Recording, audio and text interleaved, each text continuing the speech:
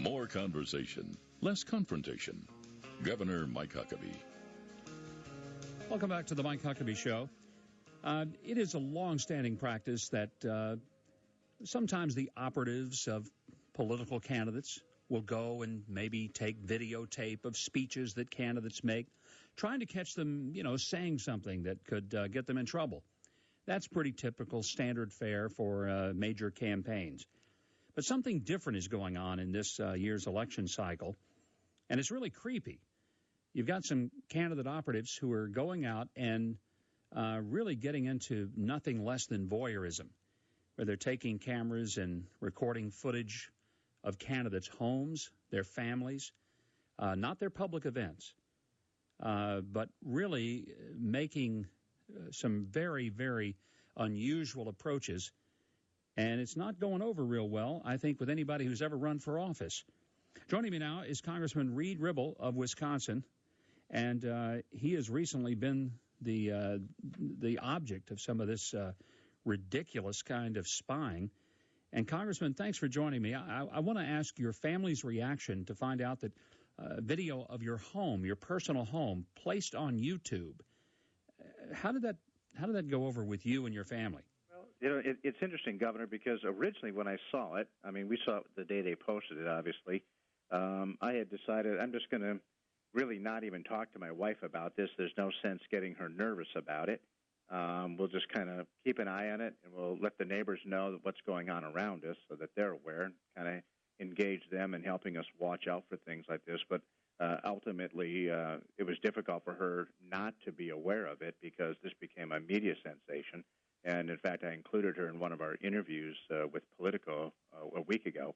And I don't want people to feel like Dina, that's my wife, that Dina and I walk around in fear, because we don't.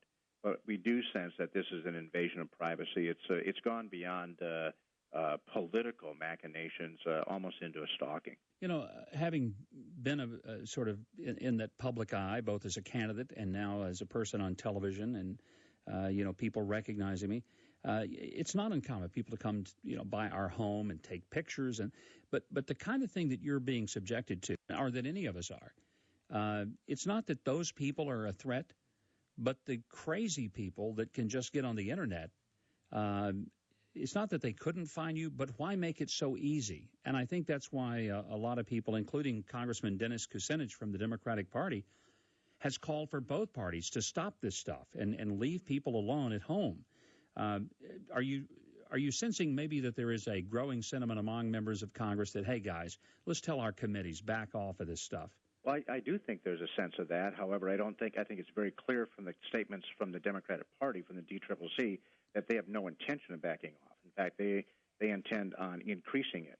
It's gone into a movement where I personally feel they want to intimidate. And I can tell you honestly and straightforward, Governor, that I have not hired a tracker to track my opponent in this race, nor did I hire a tracker in the last one. I'm philosophically opposed to that. I believe we ought to be talking about real issues and keeping focused on issues, not focused on individual characters, not focused on, as Hillary Clinton said, the politics of personal destruction. I think this damages our country. I think I really do believe it's almost un-American to do this type of thing. And so I'm not going to participate in it. It's a personal integrity issue for me. And what they choose to do is what they choose to do. The video that was put up on my home was actually done by my opponent, not by the political party. And so it's even a little more problematic. But I have people following me with cameras often. I see it all the time. My campaign's never had enough money to hire trackers, but we sure had trackers following me everywhere I was, sure. Not only in the presidential campaign, but my gubernatorial campaigns. And I kind of thought of it when the public events as, okay, these are public events. Sure. You want to come and take video of what I say, fine. If I was ashamed of saying it, I shouldn't be saying it anyway. I feel the same way. But I do think that there is a big difference in trying to catch people in ways that are not public moments. And it's not, again, that there's something embarrassing, but the public has maybe a right to know, but the public doesn't have a need to know about where a candidate lives and when his kids come and go. There's just certain things that I don't know that the public is benefited by, and that's really what we're talking about here. Tell me how your constituents in Wisconsin are reacting to the tactics of your Democratic opponent. Well, obviously this has made a lot of news here in the last few days, and I appreciate having this conversation with you. It depends on what side of the aisle they're on and where they come from and what their personal background is. But I can tell you that as a general sense, citizens in Wisconsin don't like this. If there was anything that we learned through the whole Governor Scott Walker's recall, was that the vitriolic nature, the politics of personal destruction, didn't work. And, in fact, Governor Walker won my congressional district 60-40. And so a lot of Democrats had to have voted for Governor Walker, and I think they voted in part because they don't want to see this type of political discourse in the country. You know, after Gabrielle Giffords was shot in that tragic accident in Tucson, everybody was saying, we need to put down our swords. We need to have thoughtful, adult-like conversations about the big issues facing this country. We don't need to fight with each other. We need to find consensus. And here we are in election year, and right away it goes right down the tubes. And it's very disappointing for me. I came out of the private sector. I've never served in political office before this term in Congress. And I can tell you, this causes folks like me to reconsider whether they want to be involved in this process. Congressman Reid Ribble is my guest here on the Mike Huckabee Show. We're talking about the voyeuristic activities of certain political operatives who are going to people's homes, trying to capture them on videotape for purposes that are yet unclear, other than intimidation, which I think that's pretty clear.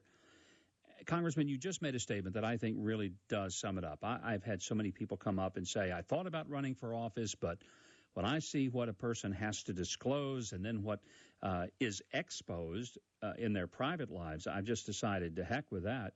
I think we're losing a lot of people who could serve, would serve, but just decide they don't want to put their family through the horrors of the public exposure, and that's a tragedy for America. Is there anything that we can do to fix it? I mean, I don't guess we can pass a law that says you can't take a picture of somebody out in public. Yeah, I don't think you can do that. I do think that there ought to be some restrictions. You know, I couldn't take a photo of a very famous person and put them on my campaign website or on television, implying one thing, but that's not true about that individual. When I ran my commercial roofing company, I would have never taken an advertisement out just blasting my competitors. It would be ridiculous. The public would just absolutely recoil and oppose that type of advertising. What we may want to do is provide some type of protection on our own images when we're in private settings. I think that would be fair game. I don't know exactly how to fix it, but I do know this: I have a great faith in the American people to fix it at the ballot box. At the end of the day, the political class in Washington and in our state houses often loses, and the American people often win. And they will see this type of thing. We're going to shine a spotlight on it, and we're going to ask them to put a stop to it. If we stop rewarding this behavior, they'll stop the behavior. I think that's probably the best way to deal with it, Congressman, is just to say, if you like this kind of stuff, then vote for my opponent, because he's obviously into this.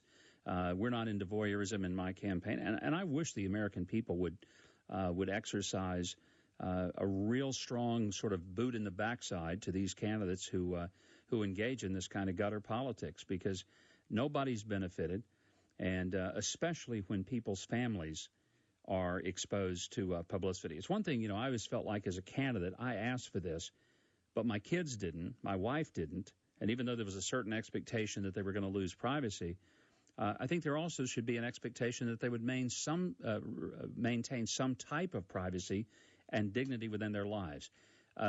How do you deal with it in terms of just talking to your family and saying, look, this is part of what we're doing, and how are they responding to it, in just when they talk to you? Yeah, for the most part, we take it for what it is. We realize that this is a political machine that's trying to make a point. My adult children live in Nashville, Tennessee, and so my grandchildren on occasion will come up and be with us without their mom and dad.